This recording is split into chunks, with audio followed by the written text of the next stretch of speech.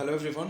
So ഇന്ന് നമ്മൾ analyse ചെയ്യാൻ വേണ്ടി പോകുന്നത് നിഫ്റ്റി അതുപോലെ തന്നെ ബാങ്ക് നിഫ്റ്റി ഇന്ന് ക്ലോസ് ചെയ്തിട്ടുള്ളത് ഏകദേശം 27,273 ലെവലിലാണ്. നമുക്കറിയാം മോർണിംഗിൽ ഒരു പുള്ളിഷ് മൊമെൻറ്റിനെ കാണിച്ച് പിന്നീട് നല്ലൊരു സെല്ലിംഗ് തന്നിട്ട് ക്ലോസ് ചെയ്യുകയാണ് ചെയ്തത്. സോ ഓവറോൾ നിഫ്റ്റിയുടെ ഒരു അനാലിസിസ് നമ്മൾ പറയണമെന്നുണ്ടെങ്കിൽ, അതായത് ഓവറോൾ നിഫ്റ്റിയുടെ ഒരു ട്രെൻഡ് നമ്മൾ നോക്കുന്ന സമയത്ത് നിഫ്റ്റി കംപ്ലീറ്റ്ലി സൈഡ്സ് ഇൻഡിക്കേഷനാണ് കാണിക്കുന്നത്. പക്ഷേ എനിക്ക് തോന്നുന്നു ഓൾമോസ്റ്റ് നമുക്കൊരു റീട്രേസ്മെൻറ്റിനുള്ളൊരു സമയമായിട്ടുണ്ട് എന്നുള്ളത് എനിക്ക് തോന്നുന്നുണ്ട്. കാരണം എത്രത്തോളം ബുള്ളിഷായിട്ടുള്ള കാര്യങ്ങൾ വന്നിട്ടും നിഫ്റ്റിക്ക് അങ്ങോട്ട് പെർഫോം ചെയ്യാൻ വേണ്ടി പറ്റുന്നില്ല. അതായത് ഇപ്പം നമ്മൾ ഫോർ എക്സാമ്പിൾ ബാങ്ക് നിഫ്റ്റി നോക്കുകയെന്നുണ്ടെങ്കിൽ നമുക്ക് ഓപ്പൺ ഇൻട്രസ്റ്റ് ഓൾമോസ്റ്റ് 52,000 നമുക്ക് ഓപ്പൺ ഇൻട്രസ്റ്റ് കാണുന്നുണ്ട്. അതായത് എന്താ പറയുക, ബാങ്ക് നിഫ്റ്റിയുടെ ഓപ്പൺ ഇൻട്രസ്റ്റ് നമ്മൾ നോക്കുകയെന്നുണ്ടെങ്കിൽ ഈ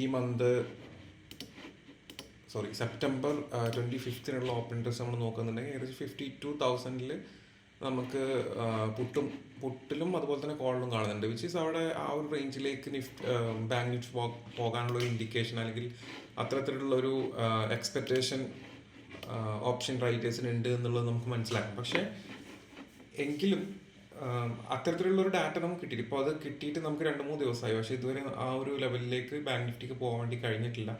ഒരു നെഗറ്റീവ് മൂഡിലാണ് ബാങ്ക് നിഫ്റ്റി ട്രേഡ് ചെയ്തുകൊണ്ടിരിക്കുന്നത്. അപ്പോൾ അത് നമുക്ക് മനസ്സിലാക്കേണ്ടത് ഓൾമോസ്റ്റ് ഒരു ഓവർസോൾഡ് ലെവലിൽ, അല്ലെങ്കിൽ ഓവർബോട്ട് ലെവലിലേക്ക് ഇൻഡെക്സുകൾ പോയിട്ടുണ്ട്. അല്ലെങ്കിൽ ഒരു പുൾ ബാക്ക് കിട്ടിക്കഴിഞ്ഞാലായിരിക്കും അടുത്ത ഒരു ബിഗർ മൂവ്മെൻറ്റ് നമുക്ക് എക്സ്പെക്റ്റ് ചെയ്യാൻ പറ്റുന്നത് എന്നുള്ളത് ഇൻഡിക്കേറ്റ് ചെയ്യുന്ന രീതിയിലാണ് ഇപ്പോൾ 1-2 ദിവസങ്ങളായിട്ട് മൂവ്മെൻറ്റ് നമുക്ക് കാണാൻ വേണ്ടി പറ്റുന്നത്.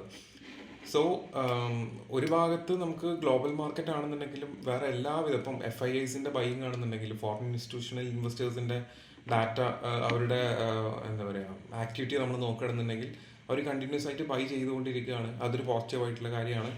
പിന്നെ അതുപോലെ തന്നെ DIS, പിന്നെ ഓഫ് കോഴ്സ് നമുക്ക് മന്ത്ലി SIP കാര്യങ്ങളൊക്കെ ഉണ്ട്. അപ്പോൾ അതൊക്കെ മാർക്കറ്റിലേക്ക് വരും, ഫണ്ട് മാർക്കറ്റിലേക്ക് DISൻ്റെ വരും. പക്ഷേ ഒരു കാര്യമുള്ളത്, ചില സമയത്ത് DISൻ്റെ നെഗറ്റീവായിട്ടുള്ള ഡാറ്റ എന്ന് പറയുന്നത് ഡിസപ്പോയിൻറ്റിംഗ് ആണ്. നമുക്ക് മിഡ് ക്യാപ്പിലൊക്കെ അതിൻ്റെ ഒരു വീക്ക്നെസ് കാണാൻ വേണ്ടി പറ്റുന്നുണ്ട്.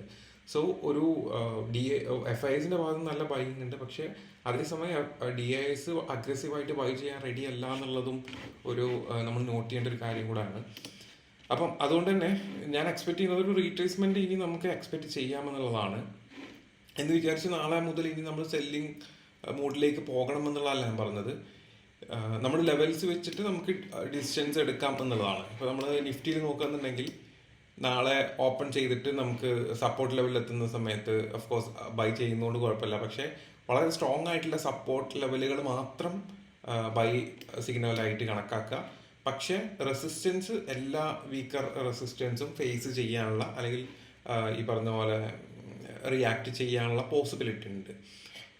ഫോർ എക്സാമ്പിൾ നമ്മളിപ്പം ഇന്ന് ബാങ്ക് നിഫ്റ്റിയുടെ ഒരു ഇത് ഞാൻ പറഞ്ഞുതരാം. അപ്പം നമ്മൾ സ്ട്രോങ് ആയിട്ടുള്ള മാർക്കറ്റ് ആയിരുന്നു എന്നുണ്ടെങ്കിൽ നമുക്കറിയാം നിഫ്റ്റിയിൽ ഫ്രൈഡേ ക്രിയേറ്റ് ചെയ്തിട്ടുള്ള ഹൈ, അതായത് ഫ്രൈഡേയിൽ ക്രിയേറ്റ് ചെയ്ത ഹൈ എന്ന് പറയുന്നത് രണ്ടാമത്തെ ദിവസം, അത് കഴിഞ്ഞിട്ടുള്ള ദിവസം, അതായത് മൺഡേ, ഇന്നത്തെ ദിവസം അതൊരു സപ്പോർട്ടായിട്ട് ആക്ട് ചെയ്യേണ്ടതായിരുന്നു. അതായത് ഈ ഒരു ലെവൽ എന്ന് പറഞ്ഞാൽ ആക്ച്വലി സപ്പോർട്ടാണ്.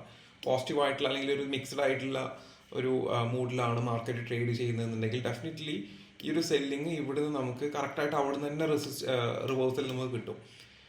ഈ ഒരു ലിക്വിഡിറ്റി ഏരിയയിലേക്ക് നിഫ്റ്റിക്ക് പോകേണ്ട ആവശ്യമില്ല റെസിസ്റ്റൻസ് സപ്പോർട്ട് കിട്ടാൻ വേണ്ടിയിട്ട്.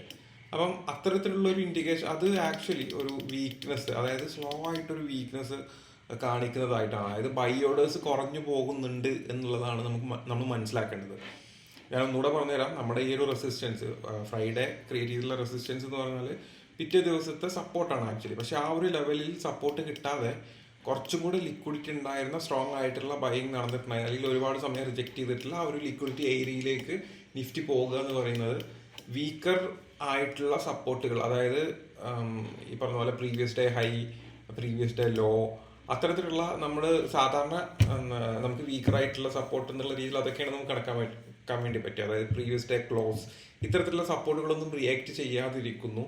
നമുക്ക് വളരെ സ്ട്രോങ് ആയിട്ടുള്ള ലിക്വിഡിറ്റി ഉള്ള ലെവലിൽ നിന്ന് മാത്രമേ സപ്പോർട്ട് വരുന്നുള്ളൂ എന്നുള്ളതാണ് നമുക്ക് ഇപ്പോഴത്തെ ഒരു മാർക്കറ്റിൽ കാണാൻ വേണ്ടി പറ്റുന്നത്. അതായത് അതൊരു ബൈ ഓർഡർ കുറഞ്ഞു പോകുന്ന ഒരു സിറ്റുവേഷൻ തന്നെയാണ്. അതായത് ബയേഴ്സിന്റെ ഒരു എക്സോഷൻ എന്നൊക്കെ വേണമെങ്കിൽ നമുക്ക് പറയാം. അപ്പൊ അത്തരത്തിലുള്ള ഒരു മോഡിലേക്ക് മാർക്കറ്റ് ഇന്ന് കടന്നു വന്നിട്ടുണ്ട്. പക്ഷെ ഇനി നാളെ തന്നെ അത് റിക്കവർ ആയി വരികയാണെന്നുണ്ടെങ്കിൽ ഡെഫിനറ്റ്ലി പിന്നീട് നമുക്ക് അപ്സൈഡ് കാണാം. പക്ഷെ ഇപ്പോഴത്തെ ഒരു കണ്ടീഷനിൽ അങ്ങനത്തെ ഒരു ഇൻഡിക്കേഷൻ കാണിക്കുന്നുണ്ട്. അപ്പം അതുകൊണ്ടാണ് ഞാൻ പറഞ്ഞത് ഒരു വലിയൊരു ഒരു പുൾ ബാക്ക്, അതായത് കുറച്ചും കൂടെ സ്ട്രോങ് ആയിട്ടുള്ള ബയേഴ്സിനെ കിട്ടാൻ വേണ്ടിയിട്ടുള്ള ഒരു മൂവ്മെന്റ് നമുക്ക് മാർക്കറ്റിൽ എക്സ്പെക്ട് ചെയ്യാൻ വേണ്ടി പറ്റും. ഇന്നിപ്പം മൺഡേ ആണ്, സെപ്റ്റംബർ 2. അപ്പോൾ ഇനി നാളെ മുതൽ ഈ വീക്ക് ചിലപ്പം ഒരു റീട്രേസ്മെന്റിനുള്ള പോസിബിലിറ്റി ഉണ്ട്. എന്നിട്ട് നല്ല നല്ല ബയേഴ്സിനെ കണ്ടെത്തിയതിന് ശേഷമായിരിക്കും അടുത്ത മൂവ്മെന്റ്. അപ്പൊ അങ്ങനെ നല്ല ബയേഴ്സിനെ കിട്ടണം എന്നുണ്ടെങ്കിൽ നിഫ്റ്റി വീണ്ടും 25,000 ലെവലിലേക്ക് എത്തേണ്ടി വരും. ഓക്കെ, അപ്പൊ ഞാൻ എക്സ്പെക്ട് ചെയ്യുന്നത് അങ്ങനെ ബയോഡേഴ്സിനെ കളക്ട് ചെയ്യാൻ വേണ്ടിയിട്ട് മാർക്കറ്റ് വീണ്ടും പോവുകയാണെന്നുണ്ടെങ്കിൽ ഈ ഒരു ലിക്വിഡിറ്റി ലെവലിൽ, അതായത് ഈ ലിക്വിഡിറ്റി ലെവലില്ല, ഇപ്പം ഇവിടെ നടന്നിട്ടുള്ള ഈ ഒരു ബൈയിങ് ഉണ്ട്, ഈ ഒരു ലെവൽ ഉണ്ടല്ലോ, ഇത്രയും ഈ ഒരു ഈ ക്യാൻഡിലിൻ്റെ ലെവലിലേക്കായിരിക്കാം മിക്കവാറും നിഫ്റ്റി വരാൻ ചാൻസ് ഉള്ളത്. അപ്പം ആ ക്യാൻഡിലിൻ്റെ ലെവൽ എന്ന് പറയുന്നത് 25,030 to 25,001, ഏകദേശം ഒരു 100 പോയിന്റിന്റെ ലെവലാണ്. ഏകദേശം ഒരു 100 ലെവൽ നമുക്ക് കണക്കാക്കാം. 25,100 ഈ ഒരു ലെവലിലേക്ക് മാർക്കറ്റ് ടെസ്റ്റ് ചെയ്യാനുള്ളൊരു പോസിബിലിറ്റി കാണുന്നുണ്ട്. അപ്പം നമുക്ക് ആ ഒരു രീതിയിലുള്ള ട്രേഡ്സ് എടുക്കാം. റെസിസ്റ്റൻസ് റിയാക്ട് ചെയ്യാൻ ചാൻസ് ഉണ്ട്. അപ്പം അങ്ങനെ നോക്കുമ്പോൾ ഈ ഒരു ലെവലിൽ നമ്മൾ എക്സ്പെക്ട് ചെയ്തുകൊണ്ടുള്ള ഒരു ട്രേഡ് ആണ് നാളെ എടുക്കുന്നതെന്നുണ്ടെങ്കിൽ നമുക്ക് ചെയ്യാൻ വേണ്ടി പറ്റുന്നത് റെസിസ്റ്റൻസിലേക്ക് എത്തുകയെന്നുണ്ടെങ്കിൽ നാളെ മാർക്കറ്റ് ഓപ്പൺ ചെയ്ത് ഗ്യാപ്പ് അപ്പിൽ ഓപ്പൺ ചെയ്ത് ഹയർ ലെവലിലേക്ക് പോകുകയാണെന്നുണ്ടെങ്കിൽ ഡെഫിനറ്റ്ലി ഇവിടെ നമുക്കൊരു സെൽ ഓർഡർ ഉണ്ട്. അതൊന്ന്. പിന്നെ നമുക്ക് ചെയ്യാൻ വേണ്ടി പറ്റുന്നത് നാളെ മിക്കവാറും ഗ്യാപ്പ് അപ്പ് തന്നെയാണ് ആവാൻ ചാൻസ് ഉള്ളത്. ഇൻ കേസ് ഗ്യാപ്പ് ഡൗൺ വരികയാണെന്നുണ്ടെങ്കിൽ ഈ ഒരു സപ്പോർട്ടിന്റെ താഴെ ഡൗൺ സൈഡിൽ ഓപ്പൺ ചെയ്യുകയാണെന്നുണ്ടെങ്കിൽ മിക്കവാറും ഈ ക്ലോസിലേക്കുള്ള ഒരു റിവേഴ്സിനുള്ള പോസിബിലിറ്റി ഉണ്ട്. അങ്ങനെ ഒരു റിവേഴ്സിൽ കിട്ടിക്കഴിഞ്ഞാൽ നമ്മൾ ഈ പ്രീവിയസ് റെസിസ്റ്റൻസ് ഇവിടെ നമുക്ക് വേണമെങ്കിൽ ഒരു സെൽ എൻട്രി എടുത്ത് നോക്കാം. ഇത് വീക്കർ ആയിട്ടുള്ള ഒരു ലെവലാണ്. ഞാൻ അതുകൊണ്ടാണ് ഇത് ലെവൽ വരക്കാതിരുന്നത്. പക്ഷെ ഞാൻ ഈ ഒരു വീഡിയോയിൽ പറയുന്നത് എന്തുകൊണ്ടാണെന്ന് വെച്ച് കഴിഞ്ഞാൽ അവിടെ ഒരു പോസിബിലിറ്റി കാണുന്നുണ്ട്. ഇവിടെ നമുക്കൊരു സെല്ലിംഗ് വന്ന ലെവലാണ്. ആ സെയിം ലെവലിൽ തന്നെ നമുക്ക് ഇന്നും ലിക്വിഡിറ്റി നല്ല രീതിയിലുള്ള സെല്ലേഴ്സ് വന്ന ലെവലാണ്. അപ്പം 25,290 എന്ന് പറയുന്നതും ഒരു റെസിസ്റ്റൻസ് ഏരിയ ആണ്. അവിടെ നിന്ന് നമുക്ക് സെൽ ഓർഡർ പ്ലേസ് ചെയ്യാൻ പറ്റും. പക്ഷെ ഗ്യാപ്പ് ഡൗൺ വന്നിരിക്കണം. അല്ലാതെ ആ ഒരു ബിഗിനിങ് സ്റ്റേജിലാണ് ഞാൻ പറയുന്നത്. ഓപ്പണിംഗ് സമയത്ത് ഗ്യാപ്പ് ഡൗൺ വന്നിട്ട് വളരെ ഫാസ്റ്റ് ആയിട്ടുള്ള ഒരു റിക്കവറി വരുമ്പോഴാണ് ഈ ഒരു ലെവലിൽ നിന്ന് നമുക്ക് റെസിസ്റ്റൻസ് കിട്ടാൻ ചാൻസ് ഉള്ളത്. പിന്നെ അതുപോലെ തന്നെ സപ്പോർട്ട് നമുക്ക് വരുന്നത് 25,190 ഒരു ബിഗർ സപ്പോർട്ട്. അപ്പോൾ നാളെ മിക്കവാറും നിഫ്റ്റി എങ്ങാനും നല്ലൊരു ഗ്യാപ്പ് ഡൗൺ വന്നിട്ട് ഹ്യൂജ് സെൽ ഓഫ് കാണിച്ചു കഴിഞ്ഞാൽ ഇവിടെ നമുക്ക് നല്ലൊരു ബൈ പോകാൻ വേണ്ടി പറ്റും. എന്നിട്ട് ഈ ലെവൽ ഇന്നത്തെ ക്ലോസിംഗ് ലെവൽ നമുക്ക് ടാർഗറ്റ് ഇടാം. 25,235 ടാർഗറ്റ് ഇടാം. ഇതാണ് വേറൊരു ട്രേഡ്. അപ്പോൾ 1, 2, 3ാമത്തെ ട്രേഡാണ് ഇത്. ഇത്രയും ട്രേഡുകളാണ് നമുക്കിപ്പം നോക്കാൻ വേണ്ടി പറ്റുന്നത്. അത്യാവശ്യം നമുക്ക് ഈ പറഞ്ഞ രീതിയിൽ എക്സ്പെക്ട് ചെയ്യാൻ വേണ്ടി പറ്റുന്നത്. പിന്നെ ബ്രേക്ക് ഔട്ട് ട്രേഡ് എന്നുള്ള രീതിയിൽ നമ്മൾ നോക്കുകയാണെന്നുണ്ടെങ്കിൽ നിഫ്റ്റി ഇൻ കേസ് നാളെ ഓപ്പൺ ചെയ്തിട്ട് ഒരുപാട് സമയം കൺസോൾഡേറ്റ് ചെയ്തിട്ട് ഈ ലെവൽ ബ്രേക്ക് ചെയ്യുകയാണെന്നുണ്ടെങ്കിൽ ഏകദേശം 230 ലെവൽ ബ്രേക്ക് ചെയ്യുകയാണെന്നുണ്ടെങ്കിൽ 190 ലെവലിലേക്ക് നമുക്കൊരു മൂവ്മെന്റ് എക്സ്പെക്ട് ചെയ്യും. ഇതാണ് ഒരു ബ്രേക്ക് ഔട്ട് ലെവൽ എന്നുള്ള രീതിയിൽ കാണാൻ വേണ്ടി പറ്റുന്നത്. അപ്പോൾ ടോട്ടൽ 4 ട്രേഡുകളാണ് നിഫ്റ്റിയിലുള്ളത്. സോ ഇതാണ് നിഫ്റ്റിയിൽ നമുക്ക് നാളെ എക്സ്പെക്ട് ചെയ്യാൻ തോന്നുന്നത്. അപ്പോൾ നമ്മൾ നേരത്തെ പറഞ്ഞ പോലെ തന്നെ നമുക്കൊരു റീട്രേസ്മെന്റ് ചിലപ്പോൾ ലോങ് ടൈം ഫ്രെയിമിൽ നമുക്കൊരു റീട്രേസ്മെന്റ് ചിലപ്പോൾ കിട്ടിയേക്കാം. അത് ഈ ഒരു ലെവലിലേക്ക് എത്താനുള്ള പോസിബിലിറ്റി ഉണ്ട്. അതാണ് നമ്മുടെ ഒരു short time point of view എന്ന് പറയുന്നത്. ഇനി ബാങ്ക്